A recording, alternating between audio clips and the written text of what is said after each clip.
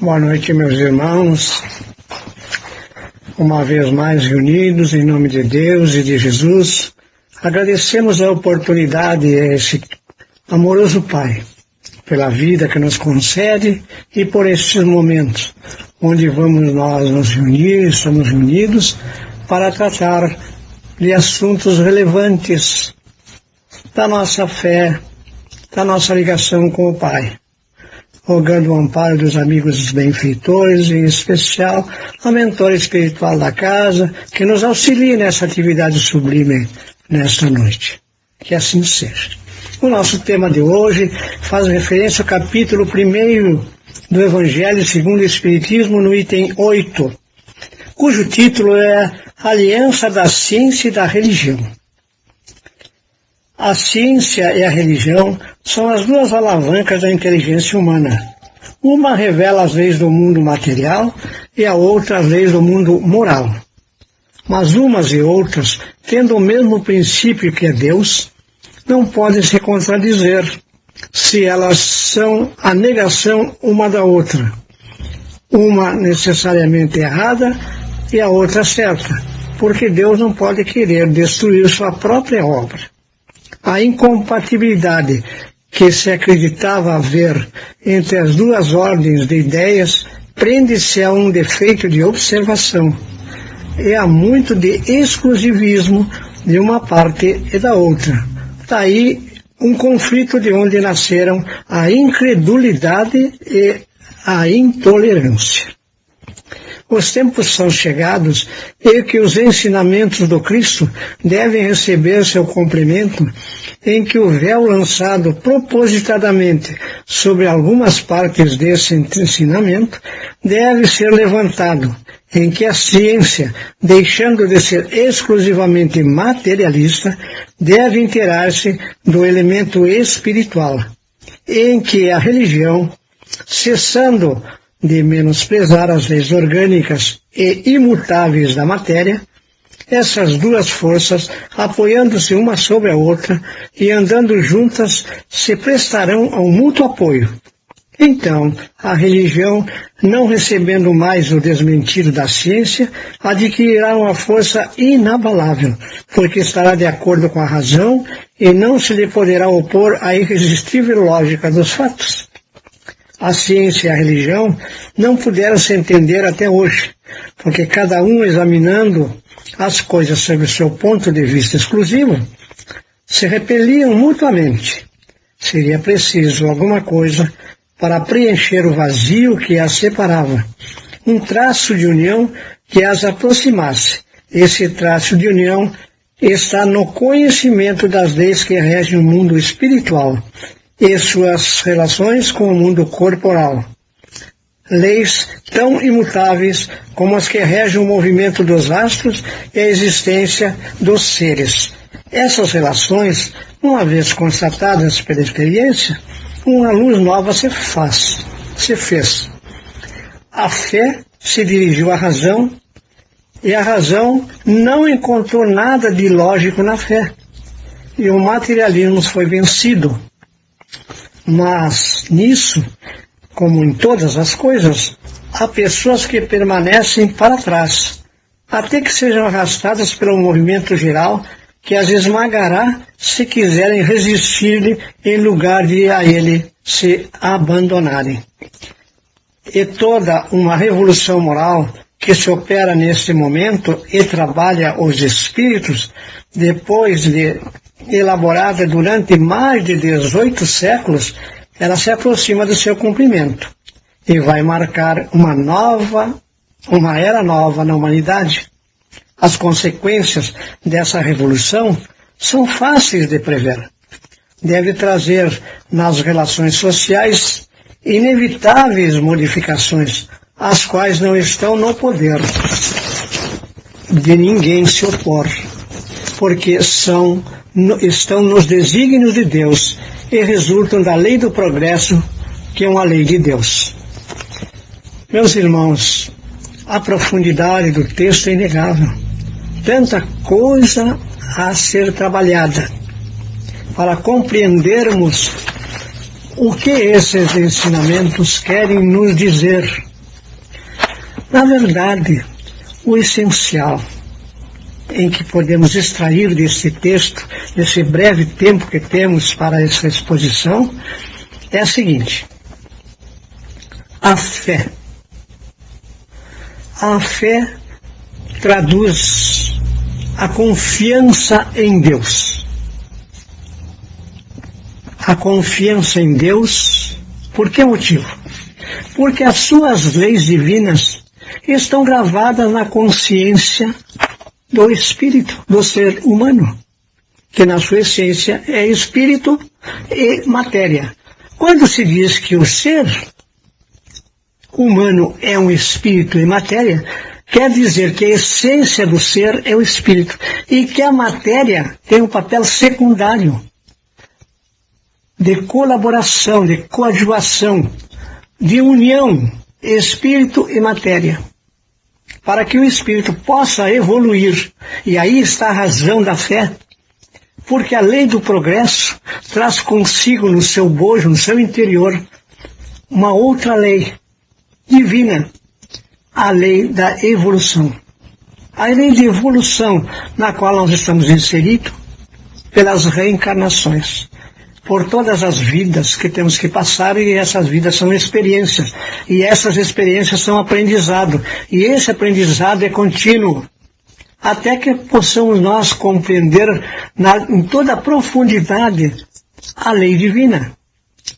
Por que compreender? Porque é necessário saber que essas leis identificam os desígnios divinos, a vontade do Pai, o Criador, para com a criação. Aí está a razão, aí está a fé, a credibilidade, não a incredulidade. Não a incredulidade, não. A incredulidade é um atraso. Por quê? A ciência veio aglutinar-se à fé.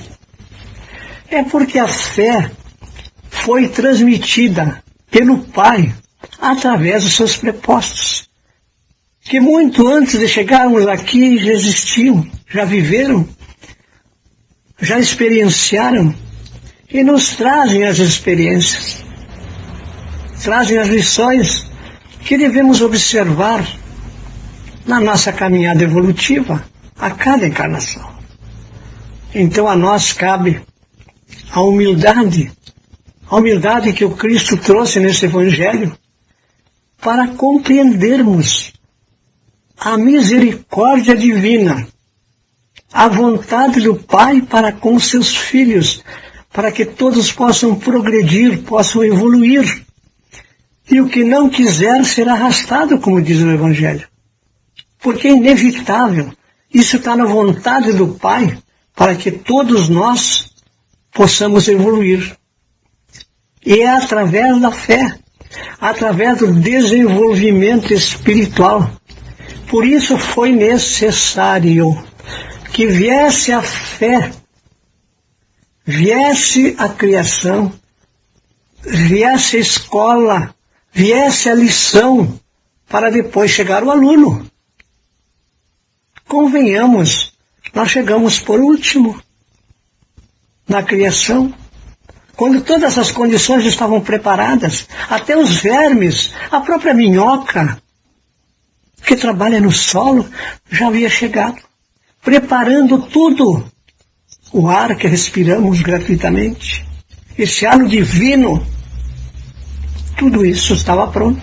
Nós chegamos quando as condições para a nossa existência estivessem prontas. Portanto, algo criou todo esse sistema para que nós pudéssemos aqui viver. E viver em sociedade. E viver em comunhão. E viver nos amando uns aos outros. Eis a lição. Eis a escola. Eis o tempo. Limitado, mas suficiente para que possamos levar o nosso quinhão de aprendizado e deixar na terra o nosso óbolo, a nossa oferta, a oferta à sociedade, à humanidade. Nós pensamos sempre, puxa, o que o Estado pode me dar? O que o governo pode me dar? Mas o que eu posso dar para o Estado? O que eu posso dar para a sociedade? Eu não me questiono o dever que eu tenho para com o coletivo. Eu só penso em mim. Então, eu estou dotado de razão. Mas a fé, o coletivo, a lição eu não aprendi. Então eu tenho uma meia inteligência, uma inteligência, digamos, artificial. E não temos a inteligência divina. Vivemos no materialismo, no consumismo, e eis o resultado. Da nossa plantação, a colheita se apresenta. Colheita hoje, que nós merecemos e pedimos para vivenciá-la, chamada pandemia, chamada ainda nesse tempo, século XXI, guerra. E o que vem mais pela frente? Tudo isso porque nós construímos uma consciência artificial, materialista, abandonando o Criador, abandonando o Filho do Criador que veio trazer a lição. Nessa situação nos encontramos, solitários, ainda vagando, ainda no sono, sem acordar, grande parte da humanidade, dos nossos irmãos, e aqueles que estão na linha de frente, que não podem desertar da linha de frente, que se preparem. Todos nós nos preparamos, trabalhadores da última hora que somos, para não chorar, não temos direito de reclamar, de chorar pelas nossas dores, porque atrás de nós esperam milhares de pessoas que necessitam dessa luz do Evangelho, dos nossos braços e das nossas pernas, como disse Bezerra de Menezes na última reunião mediúnica que tivemos. Das nossas pernas, dos nossos braços, da nossa mente aberta ao Criador e aos Espíritos amigos que nos protegem, para fazer a caridade, para ingressarmos definitivamente nas graças do Pai. Como disse Jesus, eu faço a vontade do meu Pai, e aqueles que fizerem são meus irmãos, são minha mãe, Jesus. Ô lição, ô aprendizado maravilhoso que nos deixou nesse Evangelho. No Novo Testamento vamos encontrar detalhadamente também tudo isto, porque o Espiritismo, a terceira revelação, nada mais é do que o cristianismo redivivo, o cristianismo primitivo, aquele que diz, aquele que afirma, dai de graça o que de graça recebestes, a cada um segundo suas obras. Sois luzes, brilhe a vossa luz, que cada um consiga, com a sua lamparina, acender a sua luz, para que não ande em trevas, para que mesmo na sombra a iluminação divina nos alcance e nos ilumine o caminho por onde haveremos de passar. Meus irmãos, é profunda a lição, é nobre essa lição. Precisamos refletir, precisamos perceber, fazer uma meditação sobre esse tema e ver a percepção que temos dele para encaminhar com esta percepção, esta meditação sobre a profundidade do tema, alicerçar essas ruas por onde haveremos de passar, confiantes, seguros de que estamos fazendo a cada dia o nosso dever. O que eu posso fazer hoje pelo meu próximo?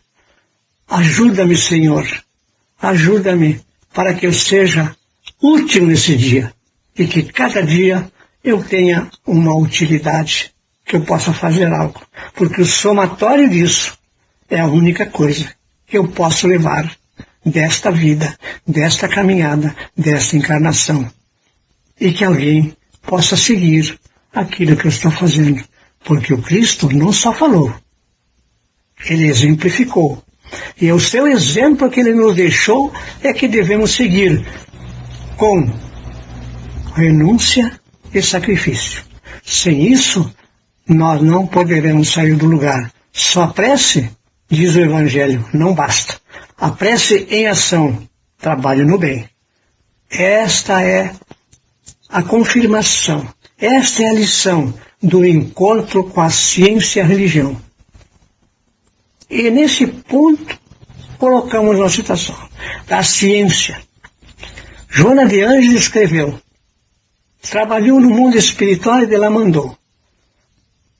Uma ciência profunda, uma ciência que transcende, nos dizendo para que cuidemos do autoconhecimento, do cérebro, da mente, do espírito. A ciência quântica, em 1900, Max Planck, veio nos dizer que a ciência quântica alia-se, associa-se à espiritualidade. Portanto, Kardec, que disse que o espiritismo é uma ciência, vamos ser amigos da ciência e também buscar ali o conhecimento complementar dessa obra riquíssima que é a terceira revelação. Muito obrigado, meus irmãos. Vamos agora fazer a nossa prece, agradecendo ao Pai bondoso pela sua infinita misericórdia e bondade para com seus filhos nesta terra de expiação, em sistema de exílio, Senhor, por nossa culpa, por nos termos negligenciado esses ensinamentos sublimes que nos levam à redenção, à compreensão, ao entendimento, à percepção, à utilização da reflexão. Tanta coisa. Nos educando esse espírito, à luz do Evangelho de Jesus, no ensinamento do Mestre amado, no seu exemplo, para que possamos realizar a nossa transformação moral, que é essa a obrigação, esse é o dever que temos aqui na Terra. Resgatarmos nossos débitos e evoluirmos com a graça, com a fé, a certeza de que nunca estaremos sozinhos, que jamais o amparo dos bons amigos espirituais nos faltarão, e que o nosso anjo da guarda nos proteja hoje e sempre, que possamos falar com ele, conversar com esse amigo, dizer das nossas necessidades. Rogamos aos amigos espirituais, médicos, socorristas de Jesus, que nessa hora sublime nos acompanham, para que fluidifiquem as águas que trouxemos conosco, as águas que estão em nossos lares, colocando nelas o remédio que haveremos de tomar para curar todas as nossas enfermidades que são do espírito, em primeiro plano e depois do corpo.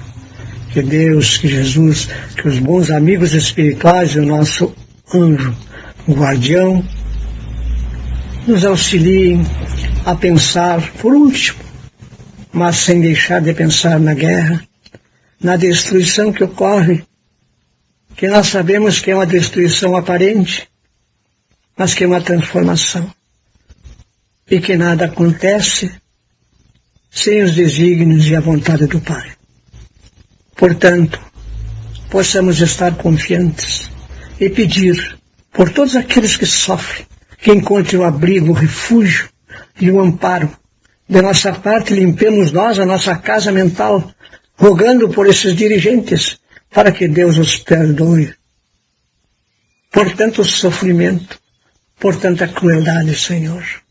Que a Tua paz envolva todas essas criaturas e a Tua luz ilumine a consciência de cada um responsável por tudo o que acontece, não esquecendo que também nós, de alguma parte, contribuímos para que isso esteja acontecendo no plano material, porque nada acontece sem a vontade do Pai e sem que seja para o nosso crescimento evolutivo. E assim, damos por encerrados o estudo do Evangelho de hoje, que assim seja.